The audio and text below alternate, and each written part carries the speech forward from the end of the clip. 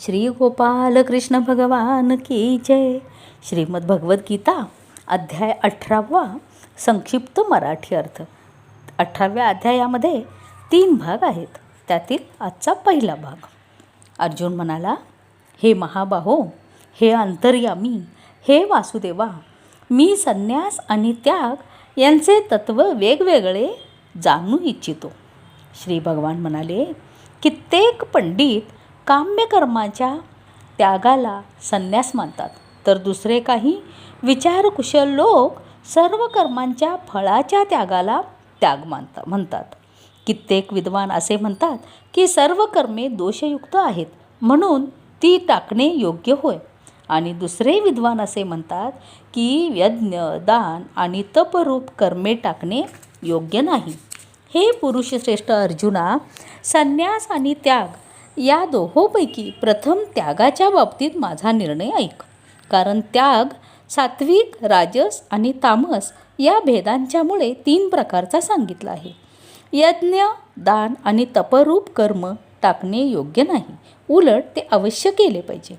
कारण यज्ञ, दान आणि तप ही 3ही कर्मे बुद्धिमान माणसांना पवित्र करणारी आहेत. म्हणून हे पार्था, ही यज्ञ, दान आणि तपरूप कर्मे तसेच इतरही सर्व कर्तव्य कर्मे आसक्ती आणि फलांचा त्याग करून अवश्य केली पाहिजेत. हे माझे निश्चित असे उत्तम मत आहे. निषिद्ध किंवा काम्यकर्माचा तर स्वरूपतः त्याग करणे योग्यच आहे, परंतु नियत कर्माचा स्वरूपतः त्याग योग्य नाही. म्हणून मोहाने त्याचा त्याग करणे याला तामस त्याग असे म्हटले जाते.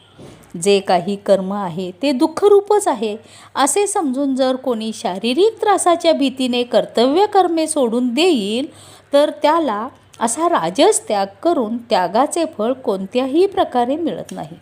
हे अर्जुना, जे शास्त्रविहित कर्म करणे कर्तव्य आहे या भावनेने आसक्ती आणि फळाचा त्याग करून केले जाते, तोच सात्विक त्याग मानला गेला आहे. जो मनुष्य कुशल नसलेल्या कर्माचा द्वेष करीत नाही आणि कुशल कर्मात आसक्त होत नाही, तो शुद्ध सत्वगुणी पुरुष संशयरहित, ज्ञानी व खरा त्यागी होय. कारण शरीरधारी कोणत्याही माणसाकडून पूर्णपणे सर्व कर्मांचा त्याग केला जाणे शक्य नाही. म्हणून जो कर्मफळाचा त्यागी आहे तोच त्यागी आहे असे म्हटले जाते.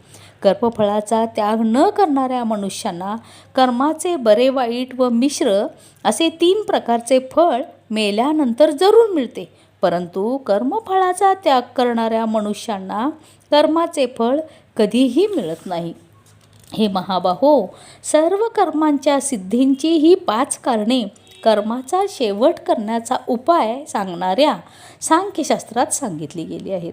ती तू माझ्याकडून नीट समजून घे. कर्म पूर्ण होण्यासाठी अधिष्ठान, कर्ता, निरनिराळ्या प्रकारची करणे, अनेक प्रकारच्या वेगवेगळ्या क्रिया आणि तसेच 5वे कारण दैव आहे.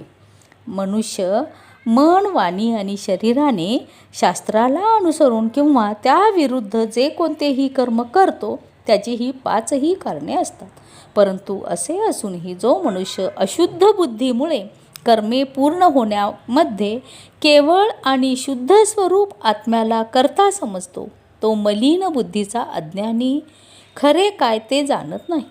ज्या माणसाच्या अंतःकरणात मी कर्ता आहे असा भाव नसतो, तसेच ज्याची बुद्धी सांसारिक पदार्थात किंवा कर्मात लिप्त होत नाही, तो माणूस या सर्व लोकांना मारूनही वास्तविक तो मारत नाही आणि त्याला पापही लागत नाही.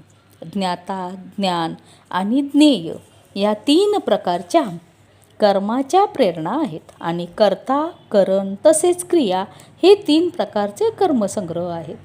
गुणांची संख्या करणाऱ्या शास्त्रात ज्ञान, कर्म आणि कर्ता हे गुणांच्या भेदाने 3 प्रकारचेच सांगितले आहेत.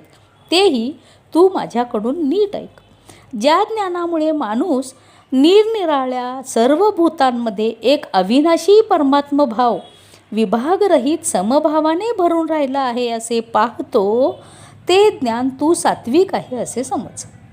परंतु ज्या ज्ञानाने मनुष्य सर्व भूतांमध्ये भिन्न भिन्न प्रकारांचे अनेक भाव वेगवेगळे जाणतो ते ज्ञान तू राजस समज. परंतु जे ज्ञान एका कार्यरूपी शरीरातच पूर्णासारखे आसक्त असते, तसेच जे युक्तिशून्य तात्विक अर्थाने रहित आणि तुच्छ असते ते तामस म्हटले गेले आहे. जे कर्म शास्त्रविधीने नेमून दिलेले असून कर्तेपणाचा अभिमान न बाळगता फळाची इच्छा न करणाऱ्या माणसाने प्रेम व द्वेष सोडून केलेले असते ते सात्विक म्हटले जाते. परंतु जे कर्म अतिशय परिश्रमपूर्वक तसेच भोगांची इच्छा करणाऱ्या किंवा अहंकार बाळगणाऱ्या माणसाकडून केले जाते ते राजस म्हटले गेले आहे. जे कर्म परिणाम, हानी, हिंसा आणि सामर्थ्य यांचा विचार न करता केवळ अज्ञानाने केले जाते ते तामस होते. श्री गोपाल कृष्ण भगवान की जय.